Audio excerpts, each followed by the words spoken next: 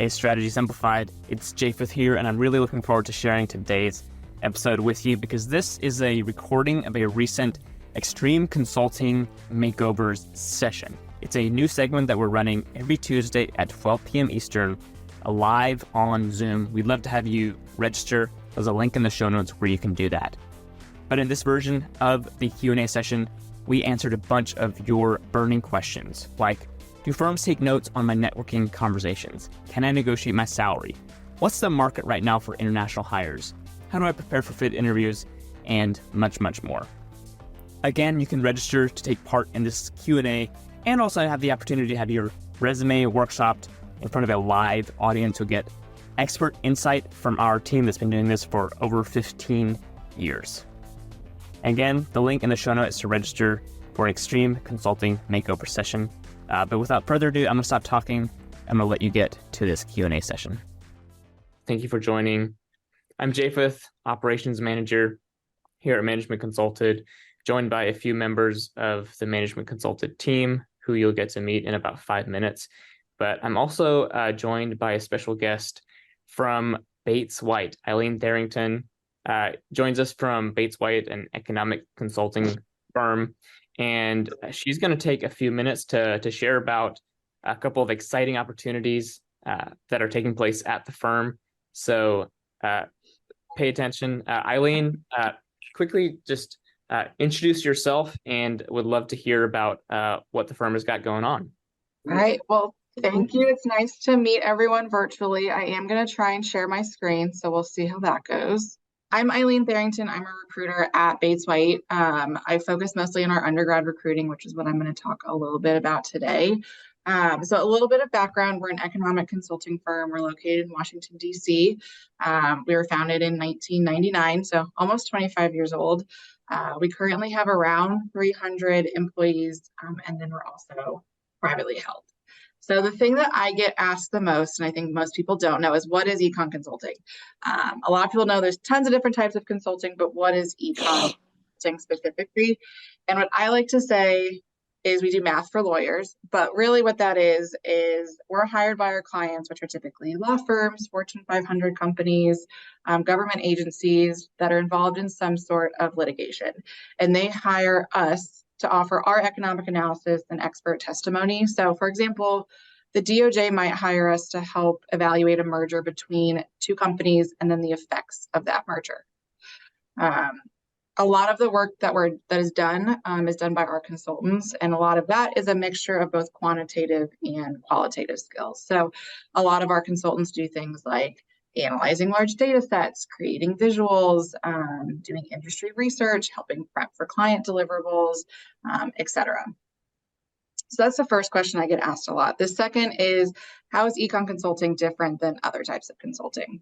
And I would say a lot of that is we do a lot of quantitative work, and we're heavier on the quantitative side. So if you like things like programming, coding large data sets, then it's a great job for you. And the other thing that I think is really nice is that there's not a lot of travel involved. I know a lot of other types of consulting, there is a lot of travel and you're constantly on the move, but luckily for econ consulting, that isn't really much the case. So that's probably the first two questions that I get asked a lot. And then the second is, what positions are open? And like I said, I focus mostly with our undergrad recruiting. So that's our consultant and our summer consultant position, which we are currently hiring for. So our consultant position is geared towards seniors who are just graduating. So for right now, it's graduating between December 2023 and spring of 2024. And our summer consultant position is our summer internship. It's a 10-week in-person paid internship in DC, and it takes place between June and August each summer. And those are for students graduating between December 2024 and spring of 2025. And I know there are a lot of people on the call who maybe have previous work experience, and we do also have positions that you guys are eligible for too.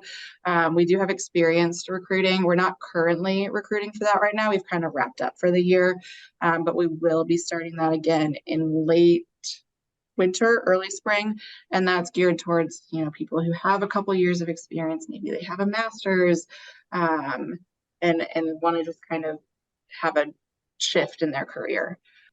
That's amazing. All right, folks, we do encourage you to visit the links here. We will also send everything out when we share the recording of this to your inbox, so stay tuned for that. But Eileen, really appreciate you stopping by, taking the time to share about what's going on at Bates White. All right. Thanks, everybody. See ya. Thanks, Awesome. Eileen. Just so everybody on the call knows as well, we have some great podcasts and also mirrored on YouTube episodes about Bates White.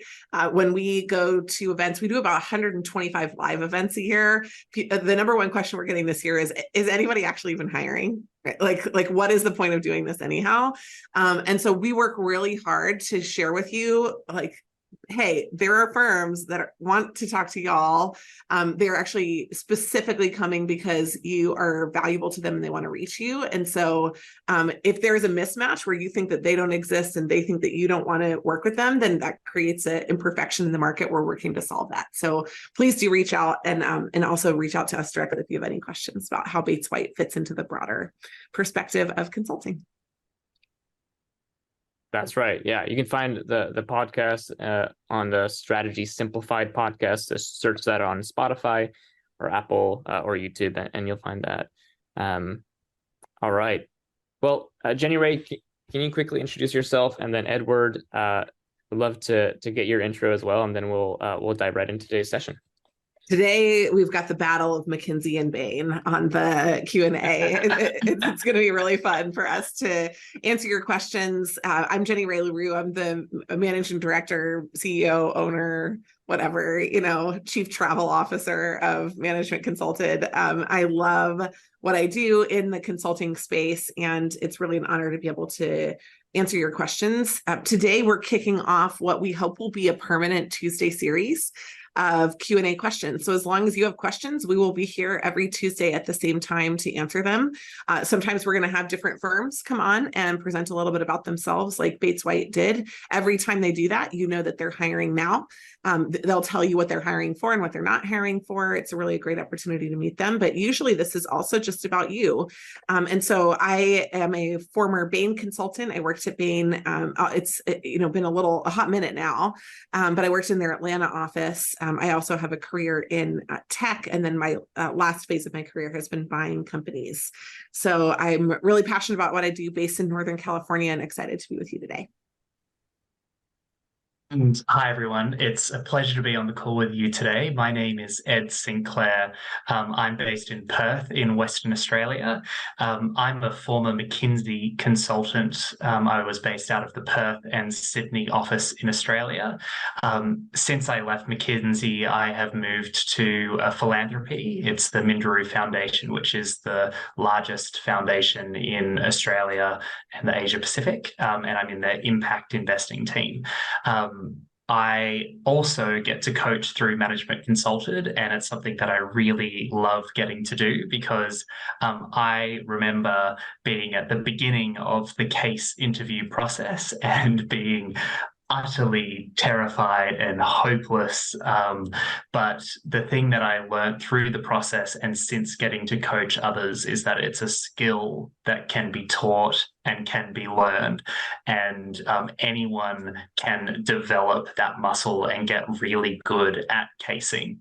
The other thing that I love about learning and then getting to teach this is that you will come up against case interviews, not just for consulting firms. They are going to pop up in many different facets of different careers and different interviews. In fact, the interview I had to sit for my current role as an investor, I had to do a case study and a presentation style case study. So what I learned as a McKinsey consultant and when I was applying and going through all the interviews, I still used to get my next job and will likely use for the one after this. Great to be with you today and looking forward to answering any and all of your questions. So, Javeth, are you ready to kick off with the questions? I'm so ready for this. Let's go. All right. Well, we got a question here from Nicholas. Nicholas, if you're on the call, thank you for submitting this question. But the question is just about fit interviews. What's basically how to best prepare for fit interviews? Jenny Rae, do you want to take that first? Yeah, sure. So, Nicholas, we have worked on this a lot over time, and it actually began with a little bit of heartbreak. So when people are preparing for fit interviews, usually it's an afterthought. And what happens is that people come to us and they'll work with us for like 8 or 12 or 20 hours on a case interview process. And really early on, we would work with people just in the case interview. And they would come to us at the end and they'd say, hey, somebody said my case was amazing, but I'm not a fit for the firm. And we realized that the fit interview is actually, going back to my experience at Bain, the fit interview is about 50% of your final round score. So what we were doing is we were really effectively preparing people for the first round, but not effectively preparing them for an offer. So this was like 15 years ago, right? So we fixed it for a long time since then. But fit interviews are there's kind of 2 cardinal rules for those that we have. Number 1 is that you need to prepare stories. We call them at Management Consultant hero stories.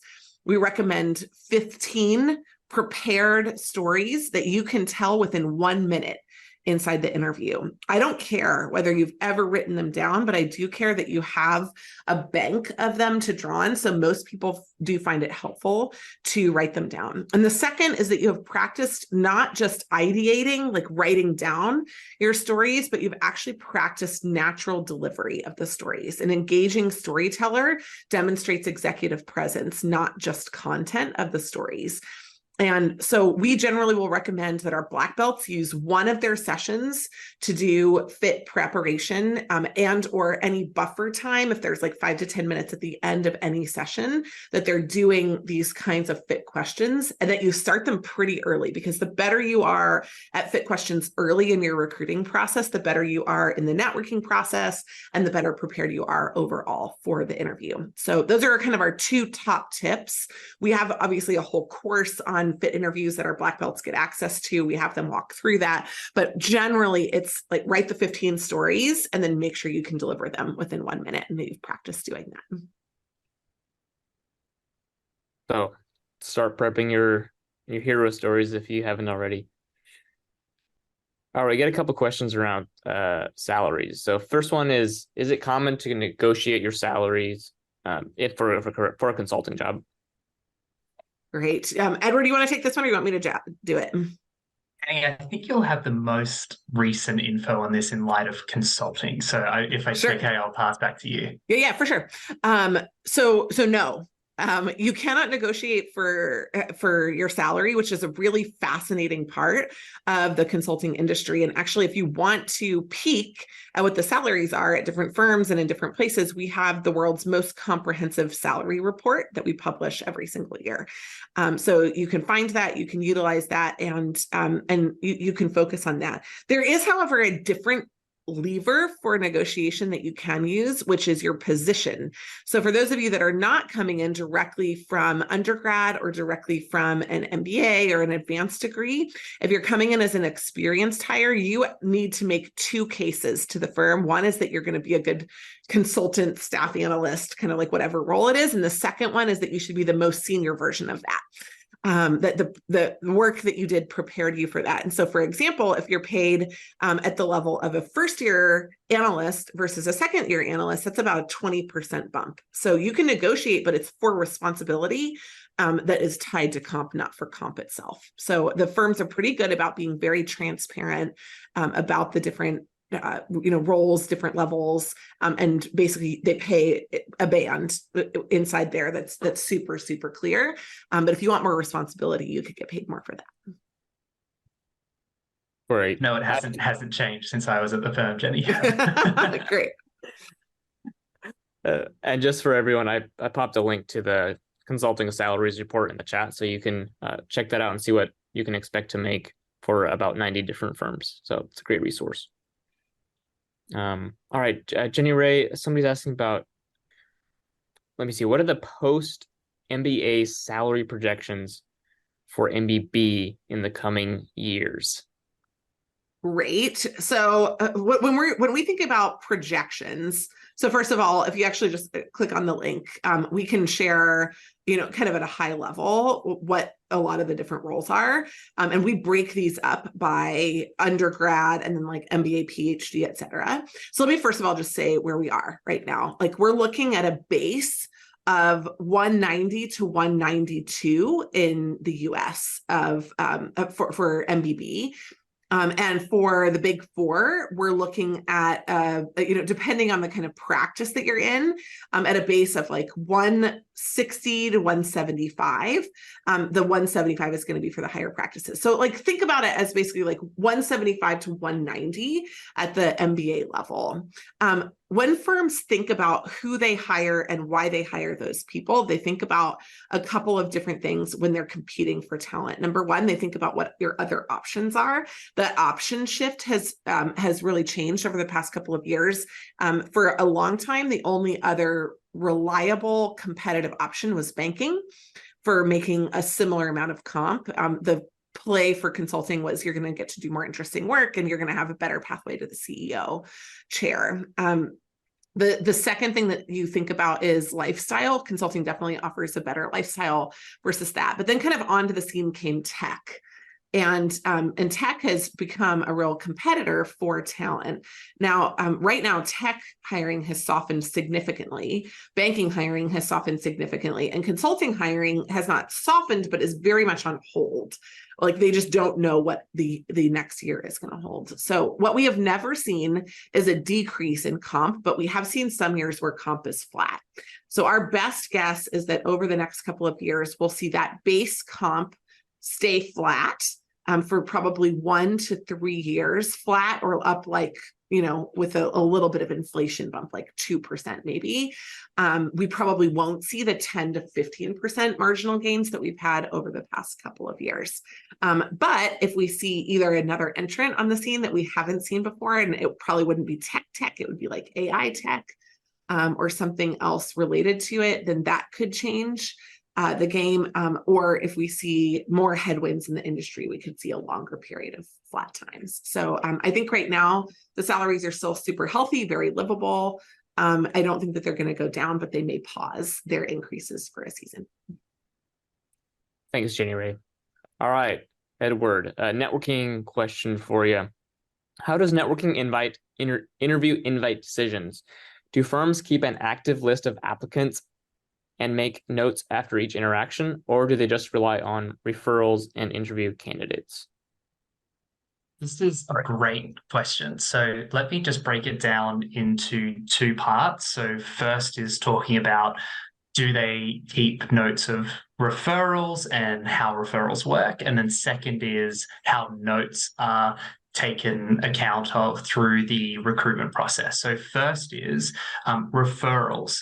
They are one of the best ways to improve your chances of getting an interview. Certainly in my case, when I was applying for the firm, because I had reached out to someone in the office I was interested in applying for, had a coffee with them, they determined during that meet that I was a good fit, and they were willing to put my application in front of HR. That made a big difference in getting me over the line for an interview because I came from a non-target school.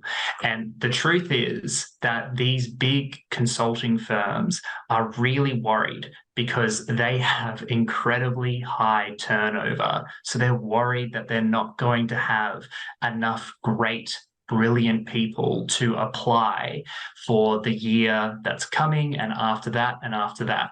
So they rely on their own internal networks to help bolster the interview pipeline. And if someone within the firm that has a good reputation is willing to back you in, that really helps you get through what I call is the black box stage of the application process, is where you've submitted your CV and application and you're waiting to hear back if you get an interview. So can referrals help? Absolutely. And where can you find out how to do your best in this referral process. On the Management Consultant platform, we have loads of information about the referral process. We talk about it in some of our online seminars as well. We have quite a structured approach for networking and to get that all-important referral. Now, second was about, do the firms keep notes during the interview process or post your application? And yes, they do. So in my case, when I was applying to McKinsey, after I had been accepted for an interview, I was given a buddy, an interview buddy. That was someone at my level in the country that I was applying for, who was there to answer any questions that I had and to do practice interviews with me. So in that case, it was another business analyst in the Sydney office who was there to answer any questions I had, check in on me, and then do some practice interviews. Now, what I didn't realize is that that buddy was actually sharing notes on each of those interactions back with HR so that they could get comfortable with the types of kind of conversations I was having. Additionally, that kind of Google Doc they kept was shared with any other person in the firm who had something to do with me during that interview process, whether that was me being introduced to someone else in the Perth office or whether there was someone else who was interviewing me. They could all make these contributions to my kind of candidate profile, which all added up to the final decision. Jenny, anything else that you'd want to kind of comment about the referral process or how these firms might keep notes on applicants? I think you covered it. Maybe the only piece that wasn't super clear is like, what about before applying? Like, are there notes on you? And I would say that in general, there are no notes unless you're going through a target school. If you're going through a target school, then often the firms will take a resume book at the very beginning of the process, and they will keep notes as different people discuss with you so that they can kind of prioritize, track competitors, right? Like if you're trying to interview with McKinsey, but you're also looking at Bain, they're going to try to get some intel on where you are with different firms. And so the firms really think about people as their competitive advantage. And so they go pretty hard on that, but it is a different process. There is more kind of recording and note-taking on you if you're at a target firm than if you're not.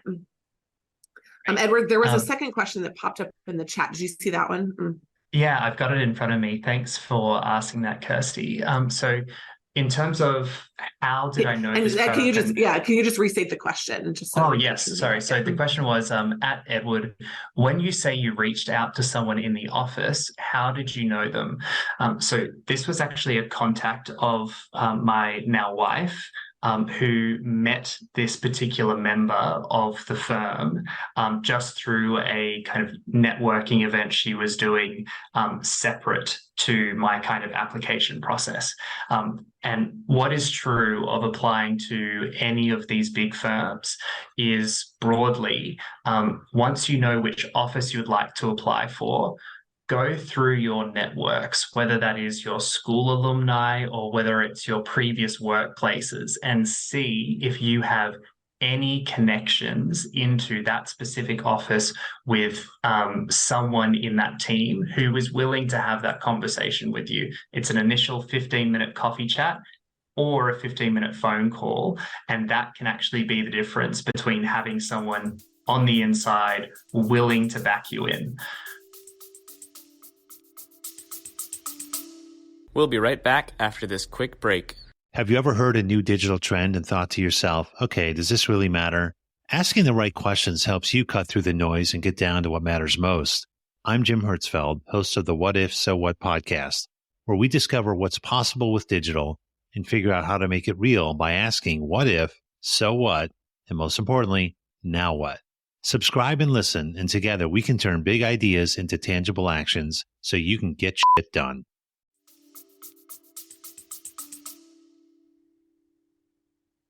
Really helpful, both of you. Let's stick to networking here. We've got one or two more questions on that. How important is networking for an office that you are not native to. So this anonymous person is looking to move to Singapore. I assume they're in a different country. So how important is networking for offices where you're not a local? So it doesn't really matter whether you're local or not. Networking is all important. And the only exception, again, is if you are going through a target school program. Like I went to Columbia Business School. So at Columbia Business School, I didn't necessarily have to network with people in my local office, because if I passed my first round, generally they were going to put me into the office that I was the most interested in. However, it definitely gives you intel and insight that helps you pass your first round. When you can speak about the specific experience in a firm, about why you want to work in an office, it's a better story.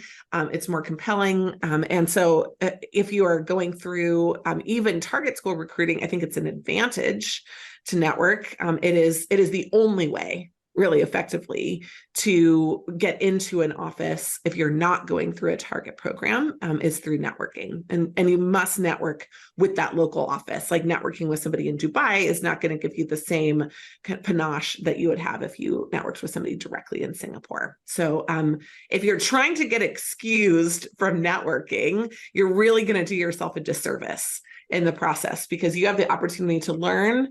You have the opportunity to practice your presentation in a low stakes environment, and you also have the opportunity to gain an advantage. And I would not forgo any of those opportunities if I were you.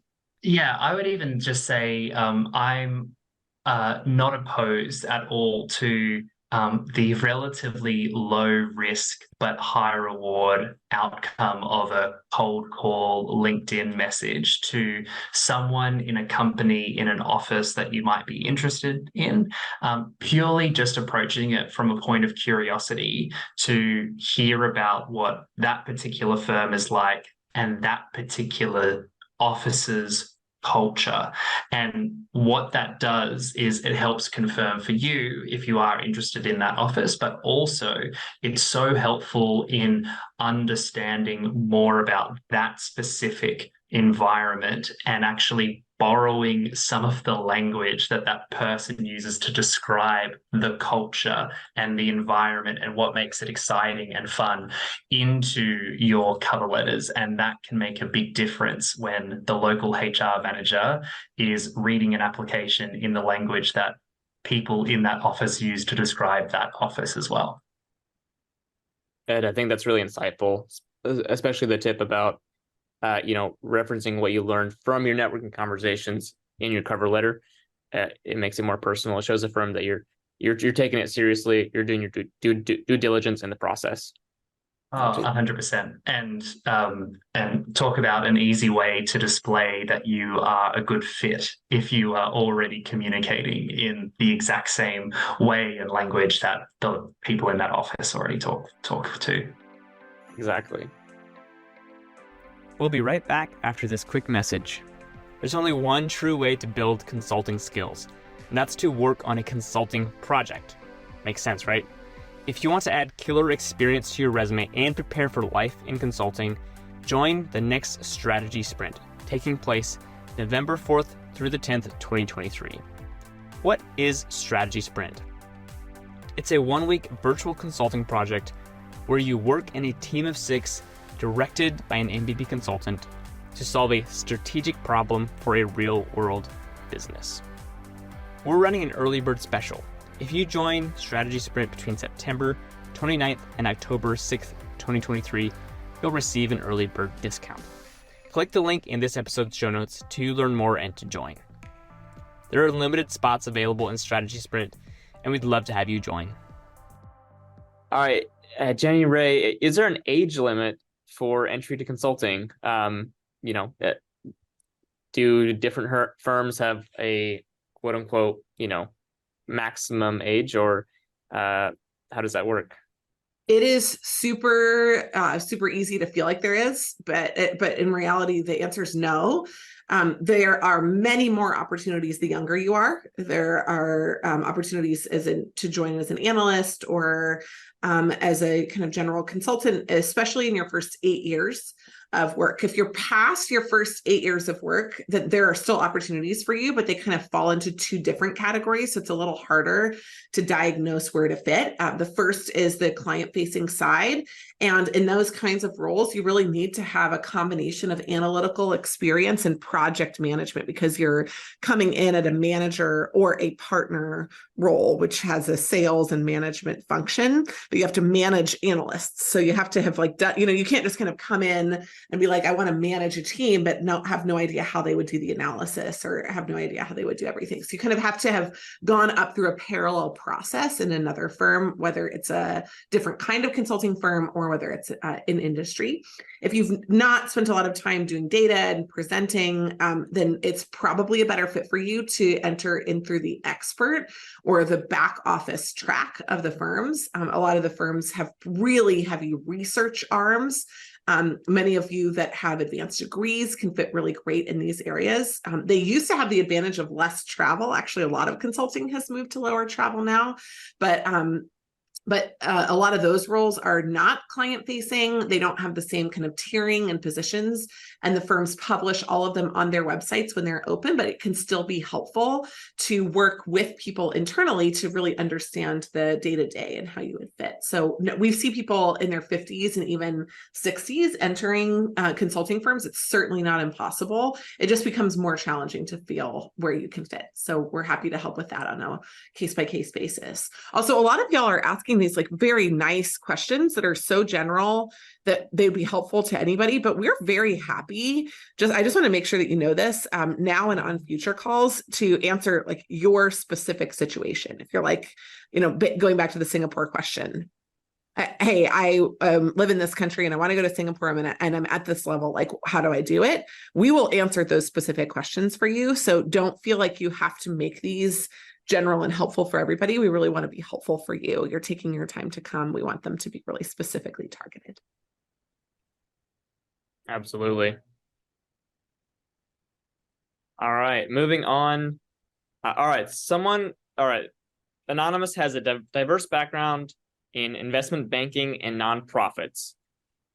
How can they position themselves in the networking and application process? We'll be right back after this quick break. Hey, you. Yeah, you listening. Do you like personal finance or real estate? Are you itching to build wealth and create a better life for yourself or your family? Then you need to come check out the Life, Money, and More podcast with real estate agent, YouTuber, and actor Sage Weiss. This isn't your average finance show. We dive deep and do not sugarcoat topics around money and life. The Life, Money, and More podcast releases 2 episodes a week just for you, because we're all about helping you win in this crazy world we live in. Come join the thousands of listeners on the Life, Money, and More podcast.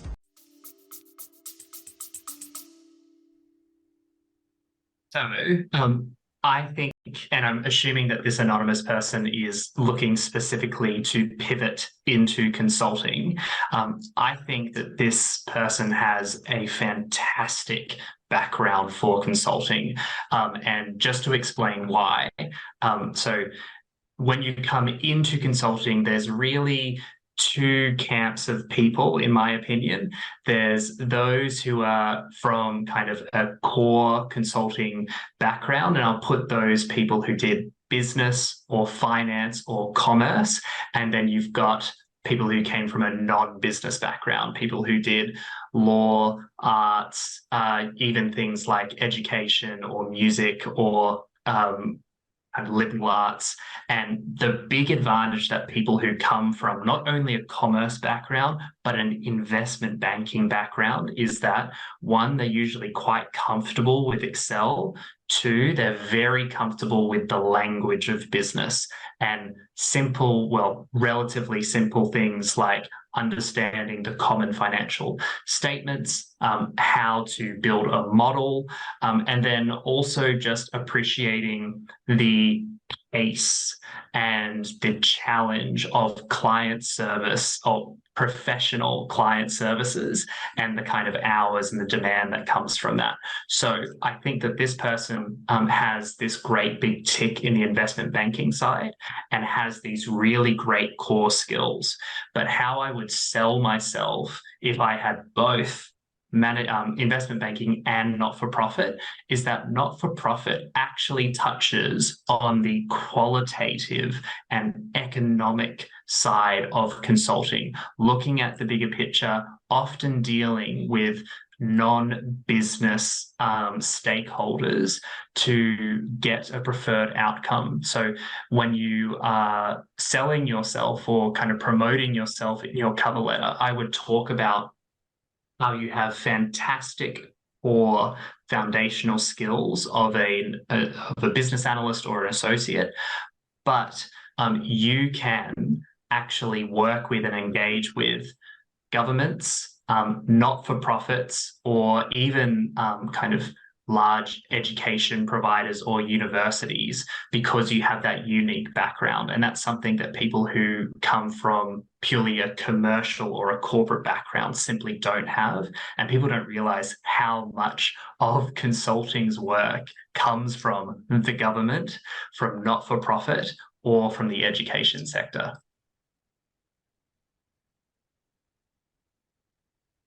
Thanks, Edward.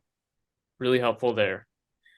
Well, sticking with kind of experienced professionals here, we've got Cody, who is in a professional MBA program, like an evening MBA program, 12 years of experience. He's self-employed and wants to know what channels that he should be using to break into consulting, specifically full-time, to avoid needing to wait for an internship role.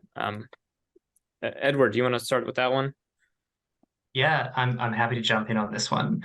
I think number one is working out your networking strategy. So if I think about that, I would be looking in a couple places. So you're doing an evening MBA, and the best thing, I'm assuming here that you're based in North America, is that North American schools just have fantastic alumni offices and people who are really kind of quite proud of their alumni connection.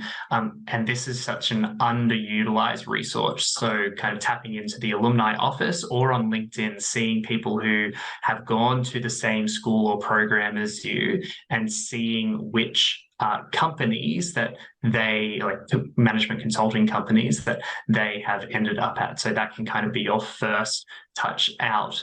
You're kind of building up that network and that approach.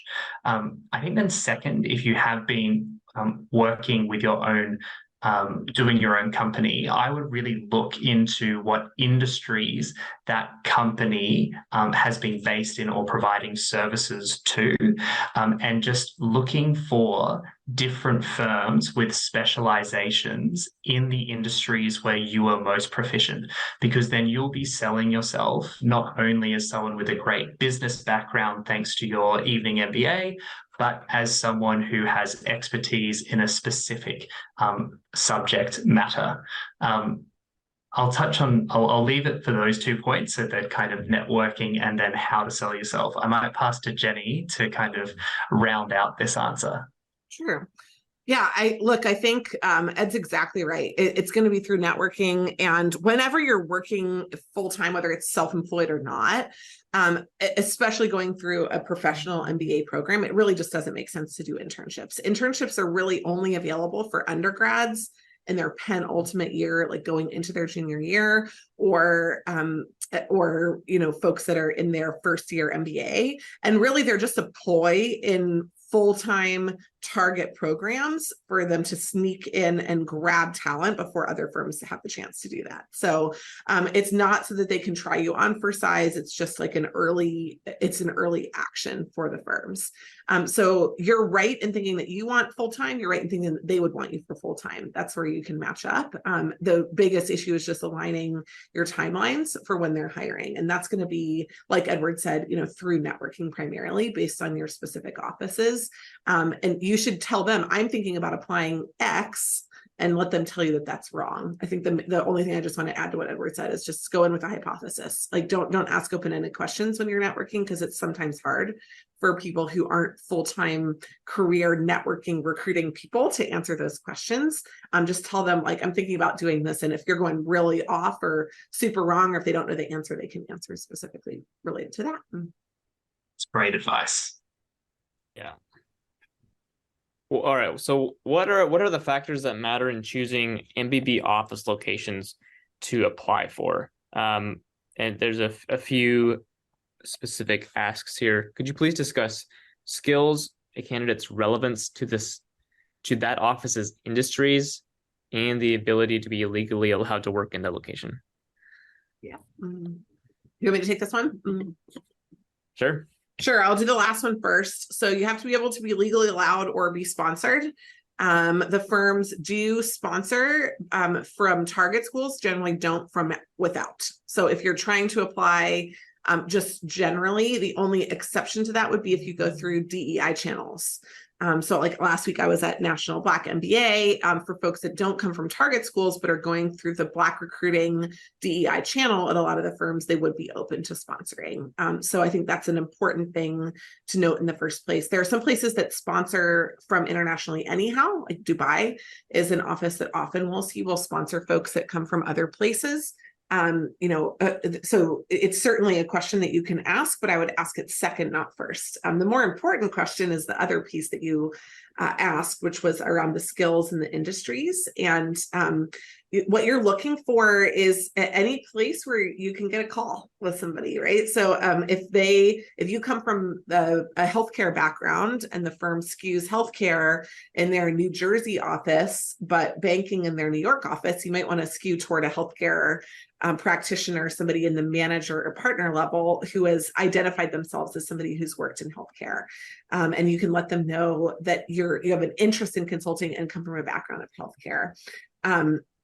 The one thing that I just do want to mention related to industries is that they don't hire you because you're an expert unless you have like 12 to 15 plus years of experience. They hire you because you've demonstrated an interest in that space. So sometimes people get the two confused and they come in and they're like, I can do this for you and I know this. And that kind of comes across wrong inside the firm. Rather, the positioning is, I am really interested in healthcare. I've spent 15 years there. I love this about it. However, I want to move into an advisory role in the healthcare space. So just coming in a little bit more gentle works.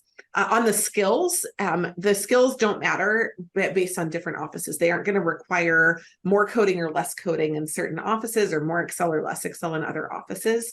So skills are really not a super relevant differentiator between offices. So to answer that question in the three parts, legally, it's great to kind of self-identify for places where you think you're the most likely to get hired, but you can try anywhere. Just have a good conversation with somebody first, ask them to refer you, and then ask the question. Then for industries, it's great to match up, and you should actually move offices based on where you have the warmest reception, and industry can be a good hook for that. Skills, though, are not a great place to engage in the networking process. Makes a lot of sense. All right, sticking a little bit on this theme here, what are the prospects for international student hiring? Gabija has noticed that more and more companies specify not hiring students with a CPT or OPT designation, and they're just curious on the outlook for international student roles. I can take that. In the US, it's not great. I actually asked that question everywhere that I worked at the conference last week. And the answer was basically like, it has to be for a role that we feel like we can't fill. inside the US. And as people shrink their hiring rosters, they have fewer roles that are available. We will be presenting employer panels starting in Q4, where we will have them specifically share with y'all whether they are or are not hiring and for which visas they're interested in sponsoring. So I think that many of you probably found out about this from our email list, but if you came in from LinkedIn and aren't yet on an email list for notifications, I know Javith will put that in the chat. So please just make sure that you're registered with us so you can get notifications about that. Because as we bring employers to you, we do want you to know who is and isn't interested in hiring. But I would say it's fairly bleak, but not impossible. We do have a hiring database of firms that have hired internationals and what visas they've hired for that is available. You can go to the footer, the bottom part of any part of our website, and that international database is available. It's for free. You can look up the firms that have hired in and out of consulting as well. Java, I know there are a couple of questions in the chat, and I think Edward's handling a few of those. Any that you think we should bring up? And then I think we should just spend the last 5 minutes on a live question or two. Sounds great. Yes. Edward, do you mind speaking to the kind of interviewing timeline for consulting internships? Brooke is asking about, she just recently applied for 2024 internship and curious what the kind of the timeline is for that. Yes. Sorry, Jenny, I might have to pass to you on this one because I assume it's for the US internships and I'm not 100% familiar. Yep. So you're Javith, you're asking about Kara's question? Brooke. Okay, hold on, let me just go up and make sure I got it on here. Oh, there we go. Recently applied for the summer 2024 internships with the typical interviewing timeline for internships. It will be done by the end of October. And unfortunately, there is no typical timeline. Typical used to be like, the spring of your junior year, like 2 months before the summer. And it has moved so far back, it's almost a whole year earlier than that now. But yeah, I would say that the typical interviewing timeline is immediately. So it'll be coming up in the next couple of weeks, and you'll have maybe 1 to maximum 2 weeks once they invite you to the interview to get ready for it. So if you haven't already started prepping, I'd encourage you to do at least some of your own pre-work on that. Great. All right, let's take one more, and then we'll have some folks unmute. All right, man, I'm gonna butcher the name. Kaustub. How do you navigate the role progression requirements within job descriptions when your company has a flat lateral structure, but roles are more experienced based with a lot of project management? So maybe you don't have you haven't formally received a promotion every 2 years, but you progress just based on experience. Yeah, nobody cares. They'll ask you about your comp, but they're really just trying to figure out where you fit inside their organization. So you tell them when you're interviewing, you tell them when you apply what role you're applying for. So we do that in the cover letter, you do that in the application, and you'll do that when you're networking with people. So tell them where you think you fit. And I'll always shoot high, right? Like I'm thinking I'm a manager. You're going to get paid more as a manager. So like shoot high if you feel like your experience is commensurate with that, and then you'll interview for it and have to prove yourself for that level. But that'd be my recommendation, is that you have to translate for a lot of these organizations where you came from. That's part of your responsibility, but you can do that in a way that is favorable to yourself. And I would always encourage people to do that. There is let me just answer that with 1 second little teeny piece. There's this common misconception that like consulting is hard to get into, so you should go humble, like you should go low, right? And you should come in and be like, look, I'll clean toilets, like I'll do whatever I need to do. But in reality, the people that they hire are the people who come in and own their experience and say like, this is where I think I fit. I don't know if I'm right, but this is where I think I fit, and this is how I think I could add value. And they do it in a way that is humble but confident. And so just make sure that your humility is not actually downgrading or downplaying the actual experience that you do have. Love that. Folks, thank you so much for joining today. Really appreciate you taking an hour out of your Tuesday or your Wednesday depending on where you're in the world. I know, Edward, it's a different day than here in the US. Again, we're doing these kind of office hours every single Tuesday. Make sure you're on our email list for that. Check out our website where you can register for those. But we'll be here every Tuesday at 12 p.m. Eastern, 9 a.m. Pacific to answer your questions. And reach out to us, team@managementconsultant.com. If there's anything that we weren't able to answer today. Thank you for listening to another episode of Strategy Simplified. I hope you enjoyed this special edition from our Extreme Consulting Makeovers Q&A. There's a link in the show notes where you can register not only to attend the future Q&As happening Tuesdays at 12 p.m. Eastern, but also to apply to have your resume workshop in front of a live audience. You'll get really insightful and critical feedback to help you optimize your resume and your profile for consulting applications. I really look forward to receiving your application again. Links in the show notes for all of this. Thank you for listening, and we'll catch you again next week.